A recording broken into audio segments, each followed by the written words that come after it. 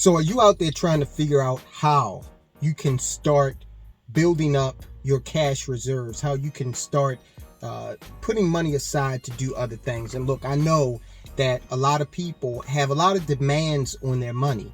Some people have kids, and kids are very expensive. Some people, they have jobs that don't pay a tremendous amount of money. But I'm going to give you 2 tips to help you start to amass some money. Now, it takes some time, all right, but don't get discouraged.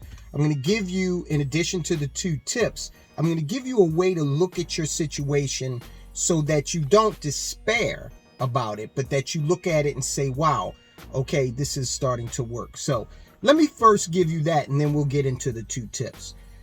Even though you might not be able to put away tremendous amounts of money in one fell swoop, I want you to concentrate on the fact that you're doing what you can. Don't measure your ability to put away money.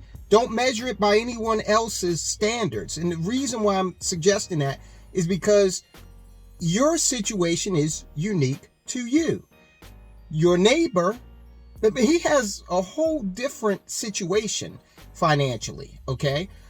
He has a whole different attitude about money, quite possibly. And so you can't measure your success based on the Joneses, all right? So just keep in mind, as I give you these 2 tips, to do what you can do.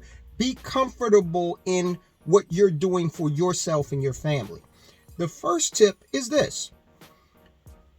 Take whatever it is you make per hour. If you are a wage employee, or even if you're a salaried employee, take whatever you make per hour, figure out what that is, the gross, not the net, and save that amount every day. Every single day, make sure, let's say you make, let's just make the math simple here. Let's say you make $20 an hour, okay? If you make $20 an hour, just save $20 per day. Again, before taxes. And at the end of a week, 20 times 5 is 100, okay? Now, this goes right in line with paying yourself first. And that's not always something that's extremely comfortable to do. But think about it. You need to pay yourself first because there are other demands that are going to come out of your money before you even get a crack at it, like taxes, for example. That comes out without you saying anything in most circumstances. So if Uncle Sam can put himself in line ahead of you, you should go back and say, no, I'm first, okay? I'm going to pay myself 1 hour of my labor. I'm going to save 1 hour of my labor per day before taxes. Because remember, paying yourself before taxes, that's actually the accurate reflection of what your labor has, not what your labor is worth, but your labor in terms of the agreement that you have with your employer. Now, the same goes for people who are entrepreneurs and own their own business. If you go take whatever it was that you brought in gross in 2020 or even 2019, if that was a better year for you, figure out what that is on an hourly basis and do the same thing. Save that money, 1 hour's worth of your earnings every single day. I'm not saying it's going to be easy, okay? You may have to actually cut some things out. Case in point, I go to Dunkin' Donuts, all right? I like Dunkin' Donuts. I like my little 2 glazed donuts and the caramel ice latte, caramel craze large, okay? And I get an extra shot with it. Now, that extra shot, that whole thing right there costs about $8. Now, I use my app, so every like 3 or 4, I get the drink for free. But the point is, that's like an $8 thing. And I do that almost every day, okay? That's a great place where, if I was looking to really recoup a lot of money, that $8 per day, that's low-hanging fruit, okay? Yeah, it would be a sacrifice for me, but in the long run, it would suit me very well to do that. Now you might say, well, why don't you do that? Well, because I already have savings, that I endeavor in, and I save almost all of my money. Okay, I live very frugally, probably much more so than you're willing to do, which is fine. Again, you worry about you, I'll worry about me.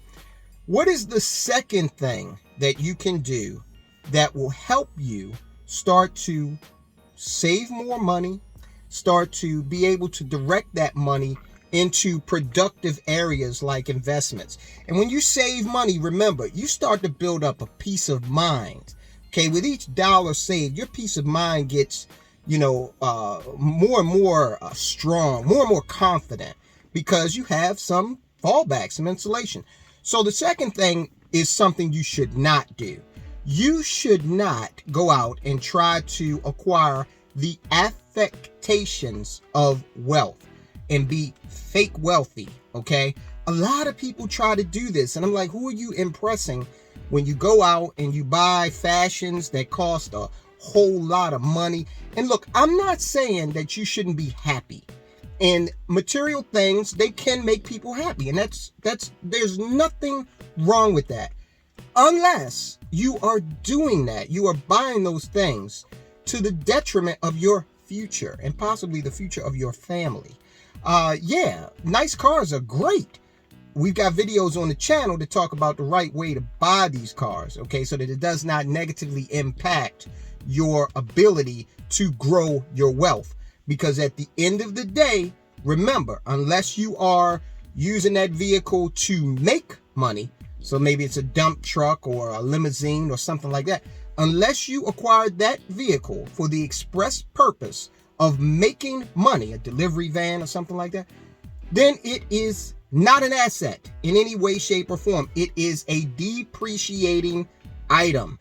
And what do we want to do? We want to acquire assets. We don't want to acquire a whole bunch of just stuff, the affectations of wealth, clothing, jewelry, cars. Those types of things make a hell of a dent in your pocketbook, totally degrade your ability to build wealth. And a lot of times people go out and they acquire those items on credit, which then, if they don't pay it off in 30 days, makes the item even more expensive than it was to begin with. So you're paying more than the sticker price for a depreciating item. So you have got to be comfortable in saying, you know what? I'm good looking at a bank account and understanding that my money is working for me, as opposed to looking at a shiny new vehicle that is draining your net worth, okay? Because it's a bill, and it's a bill on a depreciating item. Again, a lot of us need cars. I mean, unless you live in like New York City, you need a car in most cases. If you're an adult, you got to, get to work, get the kids to school and that sort of thing. But there's a way to purchase a car. And just as a little preview, you can go back on the channel and look at our ways to do this. We just issued a video, published a video on it a few weeks ago. One of the things you might want to do is seriously consider a certified pre-owned vehicle. Reason being, whoever bought it new, they got a lot of that depreciation up front. So you're coming in as the second owner, and that is enabling that depreciation brunt to be a little less heavy on you, and you're also paying less for the vehicle. So I know I don't want to sound like I'm attacking new car ownership or car ownership in general, but there's always a right way to do it. And we here at Money Changes Everything, we want you to acquire assets, and generating the capability to do that will entail you putting more money aside, money dedicated to working for you, not money that's going to work against you. Okay, so take those two things, really examine your material acquisitions. Are they going to help you? Like if you go out and buy a brand new suit of clothes, that might help you go in an interview. That might help you to present well in front of prospective clients. Okay, Does it have some function that's going to help you build that wealth? And once you build up the requisite amount of wealth that you are interested in acquiring, then you have a modicum of freedom and you can start to do things that you want to do. Okay. So watch the purchases and take whatever it is you make per hour gross. Save 1 hour of your labor per day. All right, guys, I'll talk to you soon.